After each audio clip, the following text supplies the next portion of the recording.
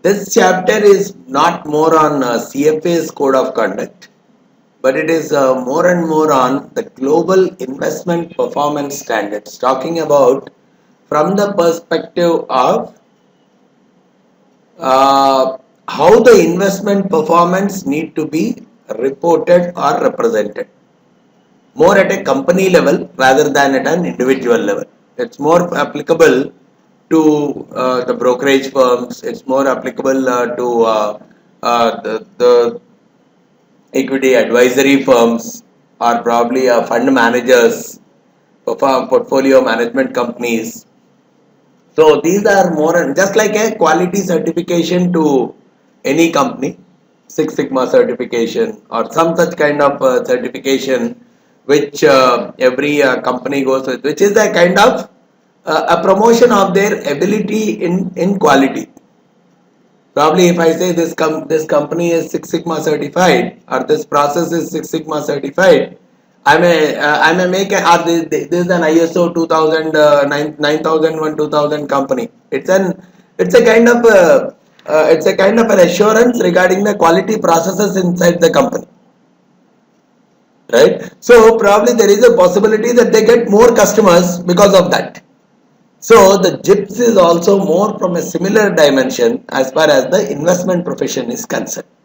They are the standards associated with reporting the investment performance. So some of the things like probably these were even today existing to a large extent.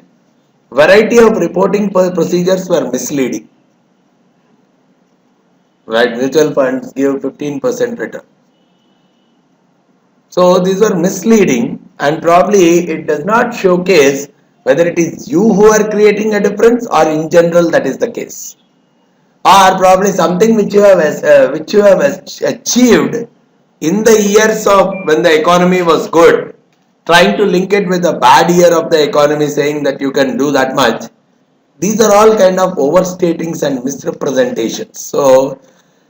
So that is where show a top performing portfolio as a representation of all the behavior. Sometimes, right, probably saying whatever the highest salary which a student has got, probably every year showcasing our average salary is this many lakhs. Probably some highest salary or probably the highest salary which you got in 2007 saying our highest salary package was 15 lakhs. Probably that came 5 years back for some person, but even today you want to see this is purely the marketing side, right? Whatever the result you have achieved 5 years back, without mentioning that I got it in 2007, the highest salary package is 15 lakhs with the highest package of 15 lakhs. Average probably you may take the recent one, but the highest you may take a very old one. These are all part of misrepresentations. And sometimes we are very much possibility into survivorship bias. We have discussed in quant. The funds which are not performing well, you eliminate them in computing the performance. When you say average return, you will eliminate all the loss making funds. Only the profitable funds you take the average of them and say that are probably when you are doing, oh, we have improved year over year. Last year you might have included 1, 2, 3, 4, 5, 6, 7, 8, 9, 10 funds and said this is what your average performance. Now you will exclude 1 and 2 because 1 and 2 made losses this year. You will take 2 to 12 and say this is my average return this year. Because of this, oh, average returns consistently maintained at this layer. But if you include those 1 and 2 also, probably your average would have dropped drastically. And varying time periods also. Like, okay, you will talk about, see, if sometimes there is a very common habit also. Let's say 2 years back, you have reported 25% return. Last year, you have reported only 5% return. The sales side of presentation is we have reported on an average 15% return in the last 2 years, which may not be wrong first of all, but it is hiding the reality that you have reported only 5% in the latest year. Or even if you say loss of 5% in the latest year, you will come out and say, yeah, we have reported 10% profit in the last 2 years. So first year you had 25% profit. So probably we have reported a 15% profit in the first 2 years, in the last 2 years, when the industry has grown only at 10%. So you will try to do some kind of aggregations at some layers while reporting. So though I don't consider that it is wrong, but it is not painting the right picture also. Some kind of misleading, hiding things come. So that is where you have to be careful. So GIPS are a set of ethical principles based on a standardized and industry-wide approach. But this is more like investment firms can voluntarily follow GIPS. It's not mandatory. It's not mandatory for firms. As I said, this is a quality certification kind of thing in the investment industry. If you say we are following GIPS, most of our investments are GIPS compliant. Probably it's like a marketing thing for you. It's like a branding thing for you. Oh, you follow a lot of ethics. You follow some standard procedures. So probably these guys can very well be taken as our investment advisors. So such kind of positivity can add up. So in the presentation of the historical results and all, they are majorly targeted towards avoid the misrepresentations and all. So they apply to investment management firms and are intended to serve prospective and existing clients of the, so probably they can look out, okay, this company is a professional and ethically managed kind of firm. So probably we should give these guys more preference compared to some other competitors of them. So it allows the clients to more easily compare the investment performance among the various firms, and sometimes they can ask more detailed reports from non-GIPS compliant firms. Even if they say, okay, we have last 15% in the last 2 years. Can you give us the breakup between the last 2 years? Those kind of things you can very well ask the other firm because you have the relevant information from the GIPS compliant kind of firms. There is one more problem. There is one more area that has been highlighted in this, which is called as a composites. When you are doing a performance reporting, there is a concept of composites, which is nothing but a grouping. Grouping of the individual discretionary portfolios. Let's say 3 people are having equity portfolio. 3 of your clients have a equity portfolio. 5 of them have a bond portfolio. You are maintaining, you have 3 clients for whom you are maintaining an equity portfolio, and for 5 clients you are maintaining a bond portfolio, like that. Now what we are saying is, when you are doing a reporting, club the like ones and put it as a part of your average result, because for client 1 you could have generated 20% return, for client 2 you could have generated only 10% return, whereas client 3 might have failed altogether, but all 3 are equity portfolios only, right? So grouping of the individual discretionary into proper appropriate groups. Don't club all these into a group and say we have generated 8% return. This is very much misleading. So this is what we call as a composite reporting.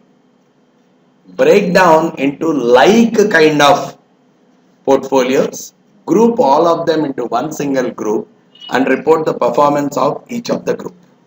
Reporting on the performance of the composite, not for one client. So don't say my equity portfolio generates 20% return. Club all of them and give a final picture. So it gives the clients and prospects about the firm's success, because it will say, oh, this company is very good at equity portfolio, but it's not that great at bond portfolio. Some such kind of understanding will come to the client and the prospect clients. So differentiating and segregating to a better composite is always a critical thing as a part of the reporting process. A composite such as international equities or any such things must include all the portfolios, no survivorship biases coming in. Whatever any kind of a composite you are talking of, let it include all the companies which are a part of that, all the portfolios which are a part of that group. Report the final figures for the group as a whole. Don't omit any one of them from the list. And like that, each portfolio has to be included. And so from that standpoint, at least there is nothing called choosing portfolios, only these portfolios, and show a higher number. Don't include these portfolios which have lower numbers. Those kind of things will not arise at all. So when you are saying we are GIPS compliant, try to look at it from all those things. So whenever we are talking about GIPS, as we have already discussed, it will typically, it even targets at obtaining a global acceptance of the calculations, whatever the way we are doing the average. Should it be a geometric mean or should it be an arithmetic mean? So such kind of global acceptance when arriving at these standards, and in what format they all needs to be presented, so that there is a consistency in the presentation. Last year some other formula, this year some other formula should not come up. Last year if you have used geometric mean, this year also use geometric mean, because we know arithmetic mean is greater than geometric mean. So just to showcase a better number, don't use arithmetic mean this year, whereas you have used geometric mean. If you are changing a procedure, fair enough. Just like an accounting standard. Any accounting standard change, please report the last year's data as per the current standard along with the current year's data, so that it is comparable. The same thing comes even with respect to the GIPS part also. So some of the key things as a part of the GIPS that are discussed of is, define what is the firm, what is the scope of the business, what is the scope of the company, and majorly look at all your include fee paying, discretionary portfolios, both of them.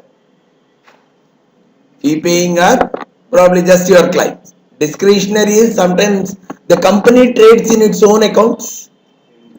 They are typically your discretionary portfolios.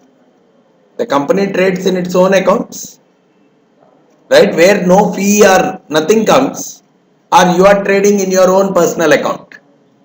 What it is saying is, if you are doing a GIPS reporting, include all the fee paying accounts as well as discretionary portfolios. Don't eliminate your personal portfolios from the fee making portfolios. All of them have to be included for a minimum of 5 years. Last 5 years performances. That's where mutual fund performances you see anytime in the final list of performances of any mutual fund, that they do a 5-year reporting. And if at all the fund does not have a 5-year history, at least from inception, they do the reporting part of it.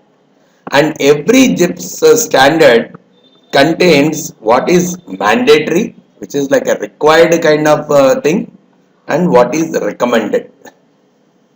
And so for everything, so there is nothing called partial compliance.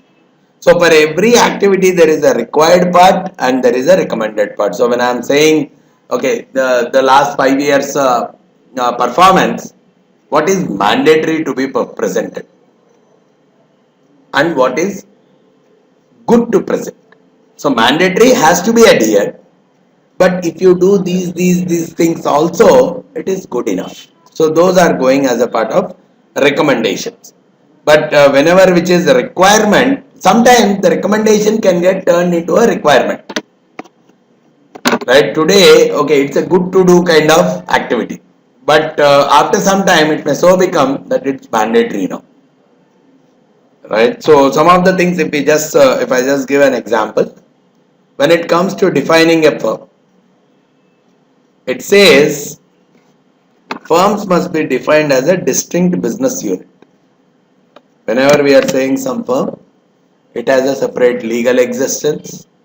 It is, I mean, even if it is a branch, I mean, if I'm saying at firm level we are applying GIPS, then there should be a separate legal existence for the firm. It has to be a separate business unit altogether.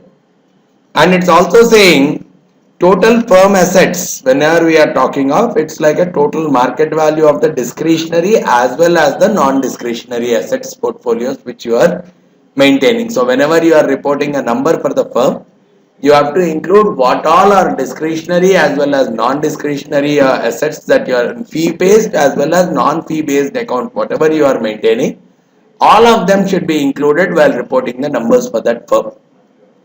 And it's a mandatory thing that include asset performance of the sub-advisors. See, you might do a subcontracting to someone else, or you may have a team underneath you as a part of the analysis and recommendations, or probably as a part. So you are paying some brokerage to some of your sub advisors. Again, who are collecting the clients and doing the business on their behalf. But you have a control on them. If you have a control on them, even their returns should go as a part of your reporting. All these are mandatory things for the firm. Whereas when you are talking about recommendation, include the broadest definition of the firm, including the geographic offices marketed wherever the countries you are operating, and though here it's not mandatorily required, but it is recommended that you mention whenever we are defining the firm. I am talking about these branches in these geographies. We are operating in this space. This is a kind of a recommendation. Similarly, when you are talking about documentation part, there is a GIPS says regarding the documentation, there is a requirement they are talking of. Document in writing for the compliance. Whereas when we are similarly when we are talking about claiming of the compliance, once the GIPS requirements have been met, you should say that so and so firm has prepared and presented this report in compliance with the GIPS. There is nothing called partial compliance. Either it is compliant or non-compliant. And one more thing, there are to be no statements referring to the calculation methodologies used to bring a composite, as saying in accordance with GIPS we have calculated it like this. GIPS says calculations have to be consistent. You cannot say that I have used arithmetic mean because it is in accordance with GIPS. GIPS does not say this arithmetic mean has to be used, or geometric mean has to be used. Those things are not under the perspective of the GIPS. Or similarly, there should be no statements reference to the performance of an individual client saying that they are calculated in compliance with the GIPS. These things, so GIPS does not talk about any calculation methodology to be used. It says yes, 5 years reporting has to happen. 5 years, for last 5 years you have to report the performance, but what formula you are using and all, you don't need to talk about that. So any kind of a GIPS standard we are talking of, these are some of the things that are there as a major sections. First we discussed about the firm definition. The input data should be consistent. Last year whatever the data you have used, you use the similar kind of a data, or last year whatever the presentation you have made, make the presentation exactly on the similar line so that they are comparable. Calculation methodology, let it be uniform. That's the only thing GIPS says. Let it be consistent across the years. Certain uniform methodologies are required for the portfolio and composite return calculations. Composite construction, I mean that building of composite like stocks or equity, large scale equity, small scale equities, small cap stocks, large cap stocks, you do international stocks, you bifurcate it in a reasonable and meaningful kind of a manner and give proper asset weightages to each one of them. Then the disclosures relating to the presentations and the policies adopted by the firm. Investment performance must be presented according to the GIPS requirement, and firm specific information also need to be included if at all required. And okay, there are some specific kind of reporting requirements for real estate as well as private equity kind of firms. So there are some specific things which are highlighted in that material. For if it is a real estate firm, something more compared to all these things. In addition to all these things, similarly for private equity also, because I mean, because these information does not go to the public. Right here, lot of information is already available in the public. Whereas for real estate and private equities, we are talking about a slightly different set of reporting requirements. So all these things as a part of the GIPS standard, there should be some kind of a compliance too. And any kind of separately managed accounts are also there. Like one single individual, like special portfolio of some particular person, high net worth individual. I mean, any kind of special fee you are charging from one single person. Any kind of special accounts you are managing for one single person, probably is a high net worth individual. You are separately managing his account. It's not like any other portfolio. You are having a separate team who is looking only for that particular account. So the performance reporting for that has to be slightly different. The disclosures regarding that have to come out quite appropriately.